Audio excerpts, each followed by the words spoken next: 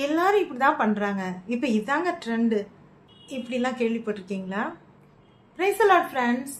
இன்றைய தினம் நாம் மத்தேயு புத்தகத்தில் எடுத்து வாசிக்க வேண்டிய பகுதி 7வது அதிகாரம் வசனங்கள் 13, 14. இந்த பகுதியில் கிறிஸ்துவானவர் நம்ம நடக்க வேண்டிய பாதையை, சரியான பாதையை தேர்ந்தெடுக்க வேண்டிய பாதையை பற்றி குறிப்பிடுகிறார். பொதுவாக எல்லாரும் ஒரு கூட்டத்தார், ஒரு மக்கள் எல்லாருமே எது சுலபமான வழி, எது எல்லாரும் போகிற வழி, அந்த வழியே நம்ம போவோம் அப்படின்றது தான் எளிதாக இருக்கும் எல்லாருக்கும்.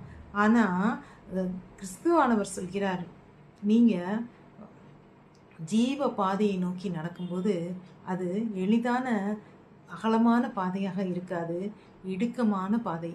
அந்த இடுக்கமான பாதையில் வழியாக நீங்கள் கடந்து போகும்போது தான் உங்களுடைய வாழ்க்கையில் கிறிஸ்துவின் ஜீவனுள்ள வாழ்க்கையை வாழ முடியும். அதனால தான் இப்போ ஒரு ஸ்கூலில் ஒரு வாத்தியார், ஒரு சார் வந்து சொல்லியிருக்காரு, ஒரு எக்ஸாம்லாம் முடிஞ்சிருச்சு, ஸ்டூடெண்ட்ஸ் கிட்ட, பசங்கக்கிட்ட இந்த பக்கம் 2 வழி இருக்குது, இதில் வந்து 2 கதவு இருக்குது, 2 கதவில் ஒரு கதவு வழியாக போனீங்கன்னா உங்களுக்கு வெற்றி, இன்னொரு கதவு வழியாக போனீங்கன்னா உங்களுக்கு தோல்வி அப்படின்னோன்னா எல்லாரும், அது வந்து ஒரு கதவு பெரிய கதவு அகலமாக இருக்குது, இன்னொரு கதவு கொஞ்சம் சின்னதாக இருக்குது. எல்லாரும் வந்து அடித்து பிடிச்சி அந்த பெரிய கதவை திறந்து வெளியே போயிடுறாங்க.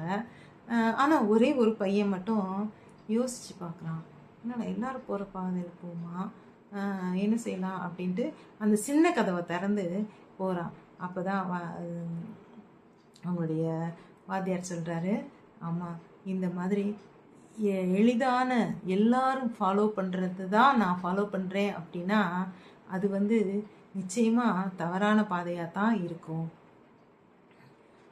அதனால் இடுக்கமான பாதை, அதாவது இதில் வந்து கிறிஸ்துவானவர் நமக்கு என்ன செய்தி சொல்கிறார் அப்படின்னா, நீங்கள் தேர்ந்தெடுக்கின்ற பாதை அகலமானதாக அல்ல, அந்த பாதையின் முடிவை அறிந்து கொண்டு, முடிவை பற்றி நல்ல விதமாக தெரிந்து கொண்ட பிறகே நீங்கள் உங்களுடைய பாதையை தேர்ந்தெடுக்க வேண்டும்.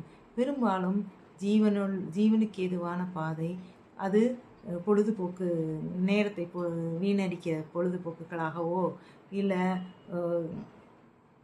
இப்போ என்ன ட்ரெண்டு பூராமே செல்ஃபோன், அதை உட்காந்து பார்த்துட்டே இருந்தால் செல்ஃபோன்லாம் எடுத்து வச்சு பார்க்க ஆரம்பித்தா ஒரு 5 மினிட்ஸ் பார்க்குறேன் மம்மி அப்படின்னு கேட்டுட்டு நீங்கள் பார்ப்பீங்க. ஆனால்